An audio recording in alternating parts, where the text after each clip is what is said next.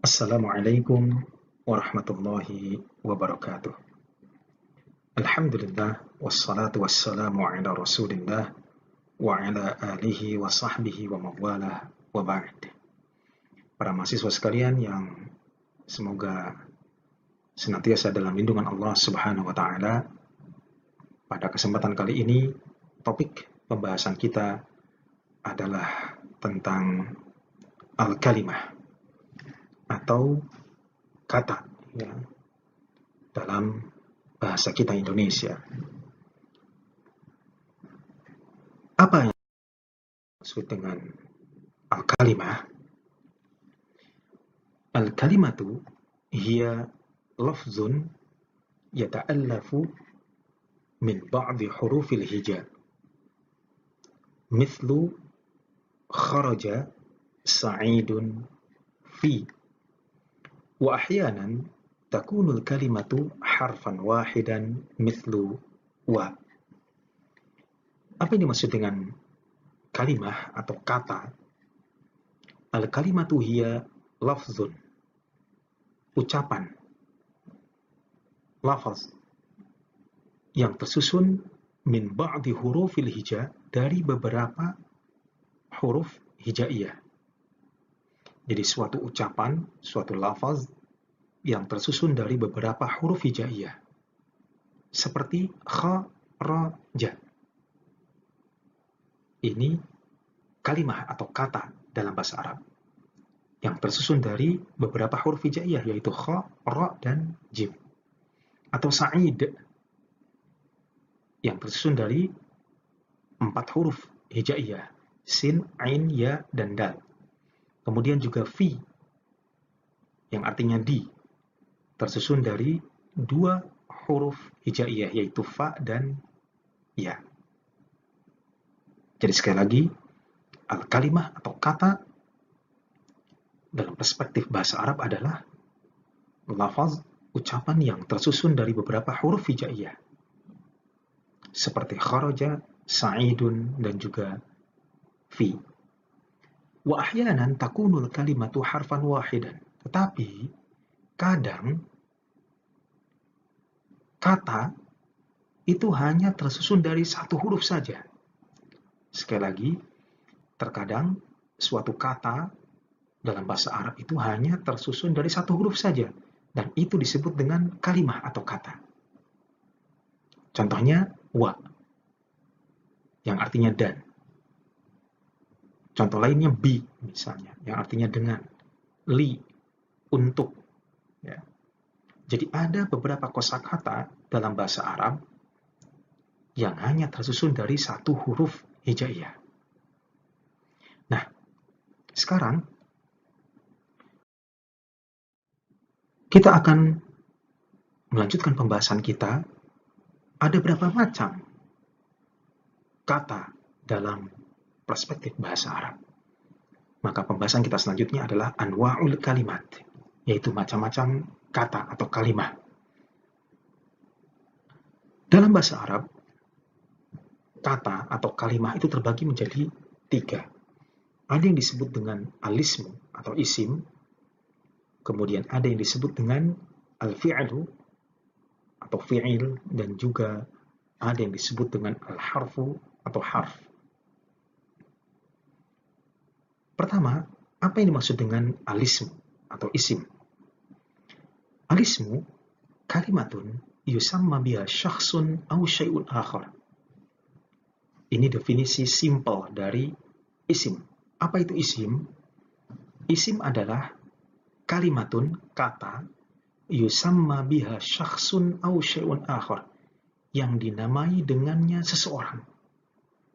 Jadi ketika ada seseorang yang dinamai dengan suatu kata tertentu, misalnya dia dinamai dengan Muhammad, dinamai dengan Ahmad, dinamai dengan Aisyah, maka itu disebut dengan isim.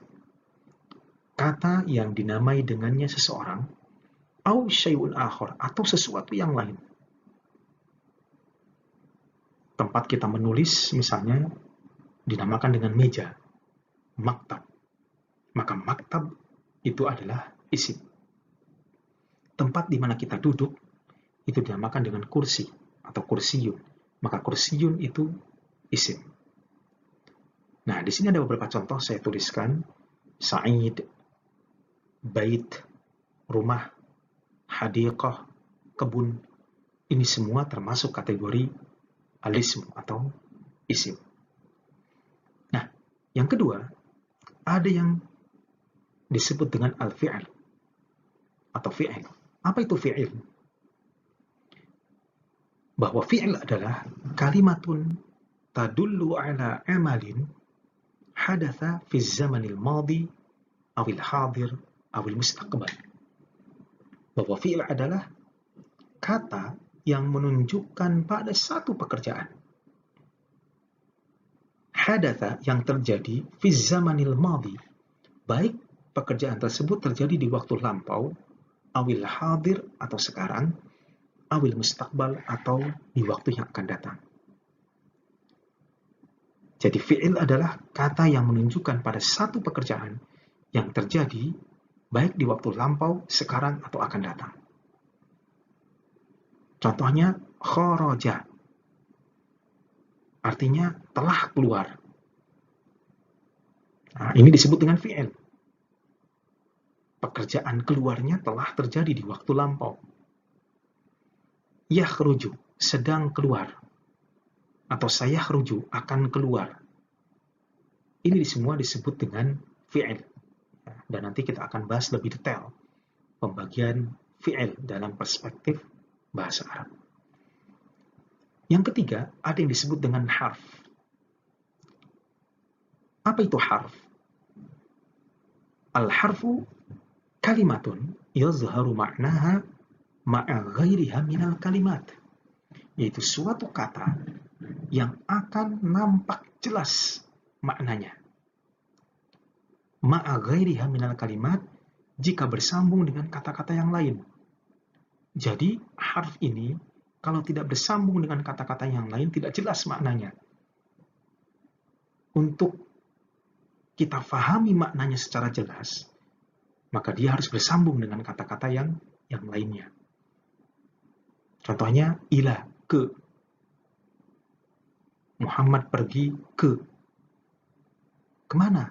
Butuh kata-kata lainnya. Wa, dan, fi, di.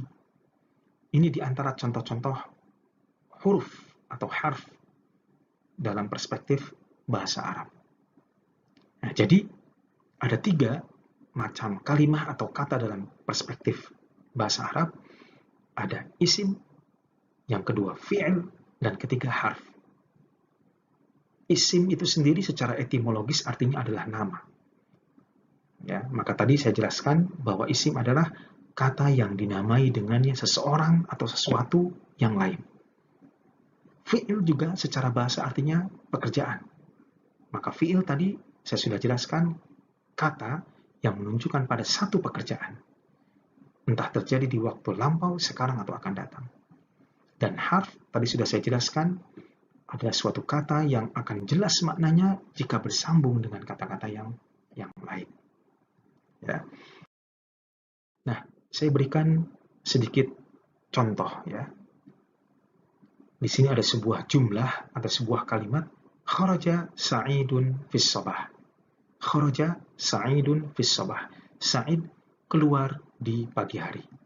Ini kalau kita klasifikasikan, maka kharaja, ya, kata kharaja ini masuk kategori fi'il.